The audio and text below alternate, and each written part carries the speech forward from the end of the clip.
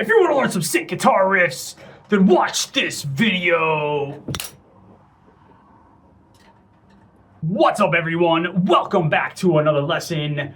My name is Jay Tarantino from the band Etherius. Today I am breaking down some sick riffs from the Etherius song Veins of Silver and Sorrow. This one is a great lesson in alternate picking and string skipping. So without further ado, let's get right into it. If you would like to check out the full lesson with downloadable tabs and backing tracks, check out my Patreon, patreon.com/Jay Tarantino. The link is in the description box below. So this riff kind of developed from kind of a warm-up exercise that I used to do. So I would just start this riff. Again, you can move this around to other keys, but I would just literally just start just with alternate picking, just one note.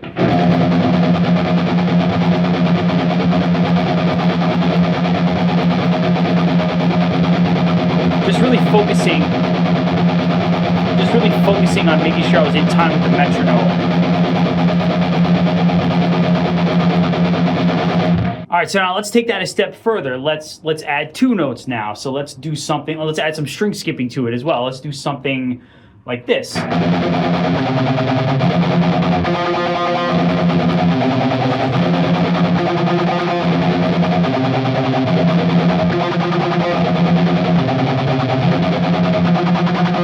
All right, now let's add three notes to it. Let's do something like this.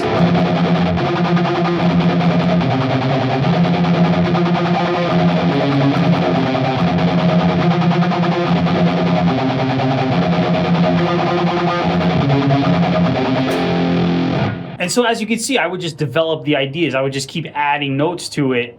And eventually it got to a point where I actually came up with something cool that I thought might sound cool, as a riff to throw it into a song. And eventually what I came up with is what ended up being on the album. So I'll play that riff for you again. I'll play it the way it is on the album, and then we'll break it down.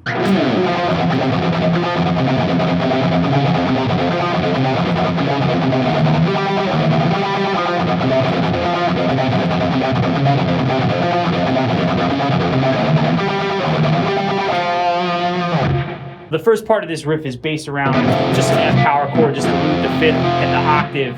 And then we do throw the flat six in there, so it is natural minor based. So we're starting 8th fret on the A string. So we're doing.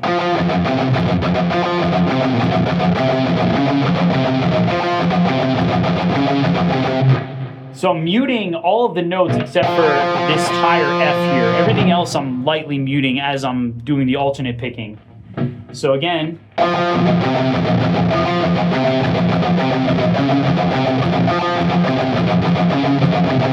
And the key here is really you want to make sure you're relaxed here. And you also want to just, again, experiment with palm muting. I tend to palm mute. I keep my right hand right above the saddle. I think that's where I get the best tone when I'm palm muting these riffs. So we're starting just down, up, down, up. So we're doing. Down,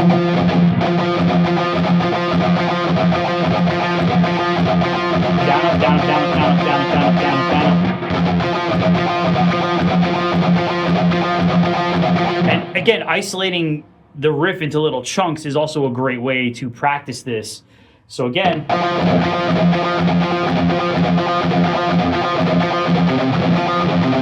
So once we do that, we're going to add this next note, which is the 5th, so 8th fret on the E string. So again, just strictly alternate picking.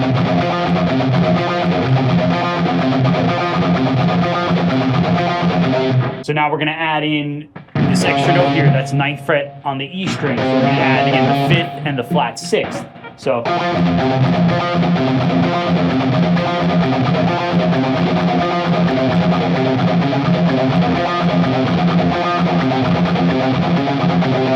So now let's do it a little bit slower.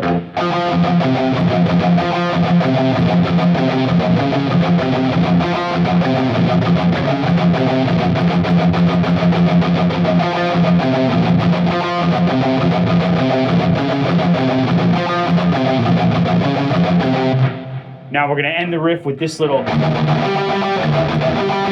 So we're going down to the 4th fret on the B string. And then we're hitting the 10th fret on the A string.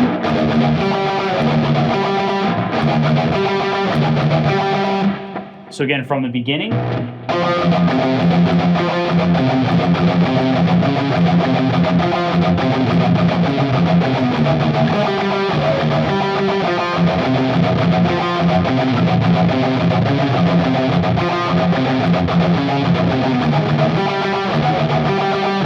now I'll play a little bit slower, but and I'll focus more on what the right hand is doing.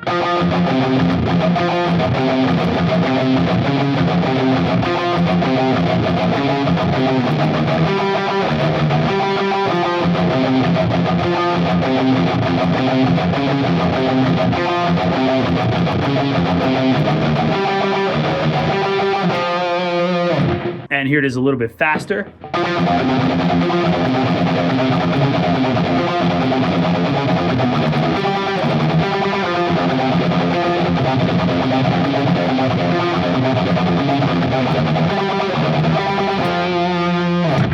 And one thing I really like to do, especially with writing instrumental music, I like to have themes that kind of show up throughout a song just to kind of create some cohesion, have something familiar for the listener that catches their ear that comes back later in the song, and then they're like, oh, I heard that before, earlier in the song. So it kind of really ties the song together. And that riff only really shows up for that one section. It's just the transition between the intro and the verse. And I thought it was such a cool riff that I wanted to find a way to kind of bring it back later in the song.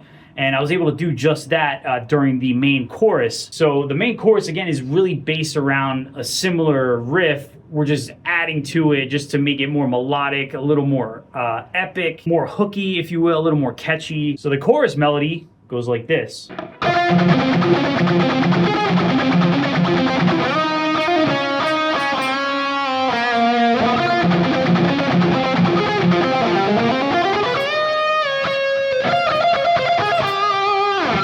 So once again, we're using the same pattern that we did in the earlier riff. We're just moving everything up an octave. So we're starting again, we're in the key of F natural minor. So we're starting 10th fret on the G, and we're doing. So the notes are 10, and we're pedaling 8. So the F note, their 8th fret on the A string, we're doing. And these two notes here are 10 and 11 on the D string. Then here we're going, so again, we're going to the 13th fret on the G, and again, repeating the tail again, same way. So again, one more time.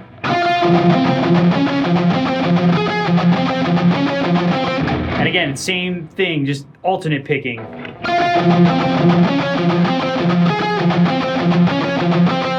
And from here, we're kind of, we're following the chords. The chorus riff is very open. It's just a lot of sustained chords. So that really gives me a lot of freedom to craft a melody. And again, I'm really just thinking about the chords going on underneath, and I'm targeting the notes within those chords to give it some flow, to give it a little bit of momentum. So again.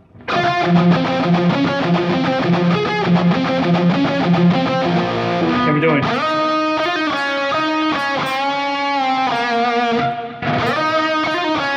So it's 8, 10, 8, 6, 5.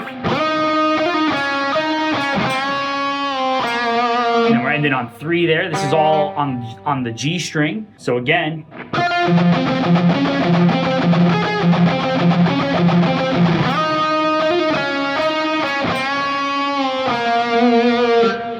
So we're going to go back to the beginning again. We're going to play that same melody.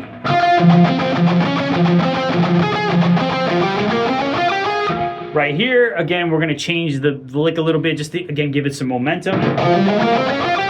So we're doing, right here, we're doing 8, 10, 11, 8, 10, 11. And then we're doing 10, 12, 13. So that's on the A, the D, and the G.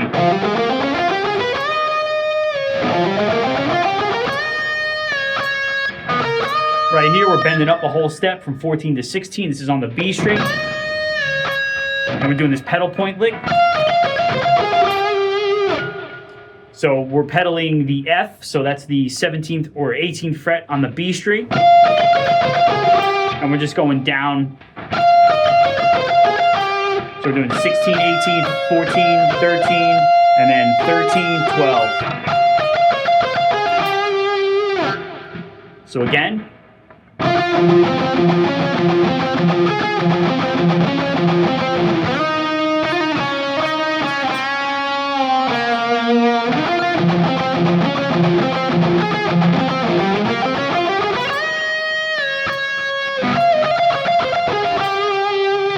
Now from here, we have a series of chords. We're doing some arpeggios here, and we're embellishing them with some half-step bends, some half and whole step bends. And again, it gives the melody some momentum while also following the chord changes that are going on behind me.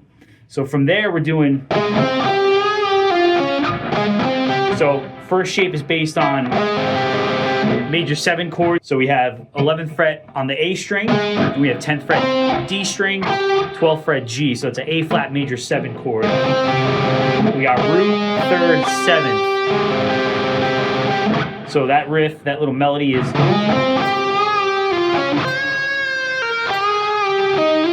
So again, we're resolving it to F right there. So again...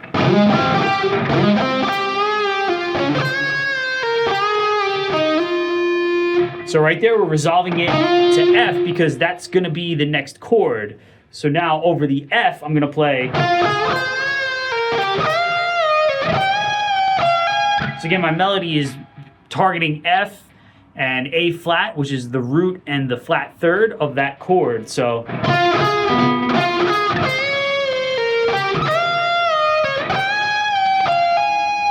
now the last part is just a reprise of the previous melody, but we're just going to add some extra notes to it. We're going to add a little bit of momentum. We're going to change it up a little bit just to kind of lead us into the next section. So...